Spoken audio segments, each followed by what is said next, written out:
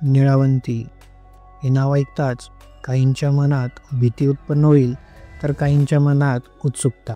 कारण हे नाव अनेक प्रकारचे समज, गैरसमज आणि रहस्य यांच्याशी निगडीत आहे. व्हिडिओत पुढे जाण्यापूर्वी निळावंतीची काही सूत्रे आपण येथे ऐकूयात. निळावंती आख्यान. ओम नमः सिद्धम अथ नीलावती आख्यान श्लोक. भूविख्यात ललाम वैश्य तनूजी नीलावती नामिका. शीलालंकृत भूषणी लौकिक रूपाधिका. कर्ता भक्तिजिनेन्द्र पादकमळा आनंदरा बालिका. जाली पूज्यकसी जगात विलसे सर्वामरातेरिका. छंदना श्रीपतिव्रता आख्यान. ऐका चित्र पापमळ क्षाळक श्रवण मात्र. बोले राव श्रेणिक आदरेसी. सांगा स्वामी ते कथा कृपांबुरासी. कोणे नगरी ते वसे कोण देशी. कैसी झाली विख्यात पुण्यरासी. पाहुणिया तब्धा तव गणराज. मधुर वाक्य बोलतो महाराज. दंतप्रभा निषदी भानुतेजे. म्हणे राया हे ऐक्य पुण्य का जंबुद्वीप. हा मध्य सकळासी. वेष्टी येला तो क्षारांबुरासी. गंगा सिंधुदी नद्या चतुर्दशी.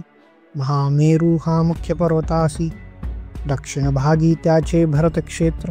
आर्यखंड सर्वात पवित्र. लाट देशे सोबतो विचित्र. भृगु कच्छ नगर पुण्यपात्र. ऐका राव तेथील महिपाल. प्रजा रक्षितता जैसी बाळ. हरिराया प्रक्ष महाकाळ. धरा साधित प्रचंड बाहुबळे. राजश्रेष्ठी तयासी जिनदत्त. जिनदत्ती नामे भार्यत्याते.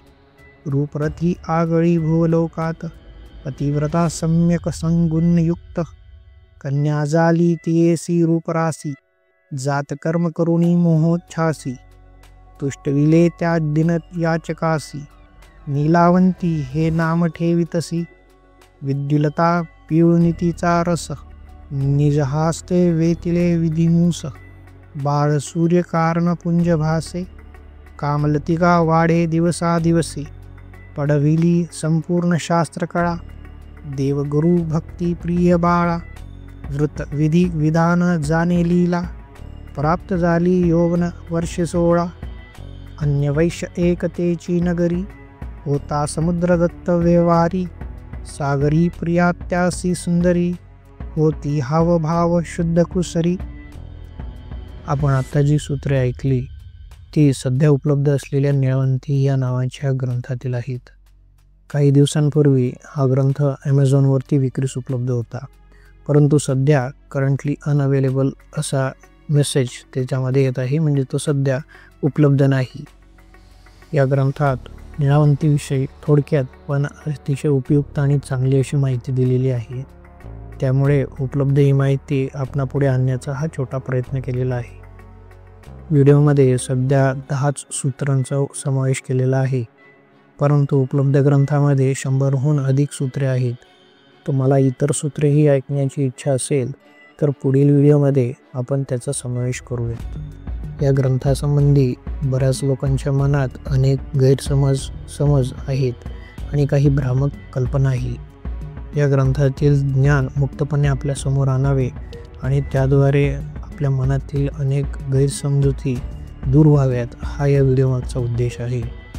कुठलेही ज्ञान वाईट नसते, त्या ज्ञानाचा वापर करणाऱ्याचा हेतू हा चांगला किंवा वाईट असतो. त्यामुळे सर्वांपुढे हे ज्ञान उपलब्ध होऊन प्रत्येकाने त्याचा वापर समाजाच्या कल्याणासाठी करावा, हीच आमची अपेक्षा आहे. या व्हिडिओला जर चांगला प्रतिसाद मिळाला तर उर्वरित सूत्रांवरती आधारित व्हिडिओ लवकरच प्रकाशित करू. या व्हिडिओमध्ये इथेच थांबूयात.